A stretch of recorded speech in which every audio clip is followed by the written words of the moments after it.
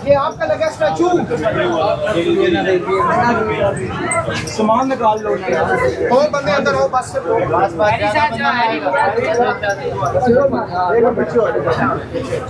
तू भी जान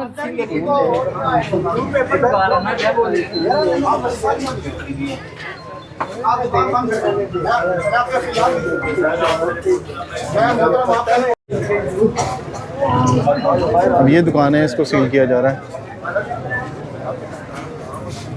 ये सामान यहाँ से सारा बाहर रखा हुआ था इसमें।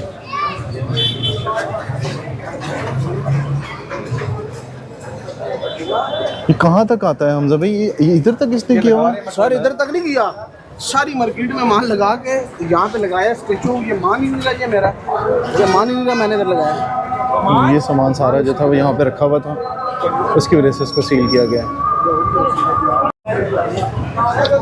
अब ये एक शॉप थी जिसका सामान यहाँ पे रखा हुआ था, पिक्टोरियल एविडेंस इसकी मौजूद थी, जिसके ऊपर अब एमसीआर ने एक्शन लेते हुए ये दोनों दुकानें सील कर दी हैं, कि साथ वाली और एक ये वाली, क्योंकि इससे सामान अपना बाहर रखा हुआ था।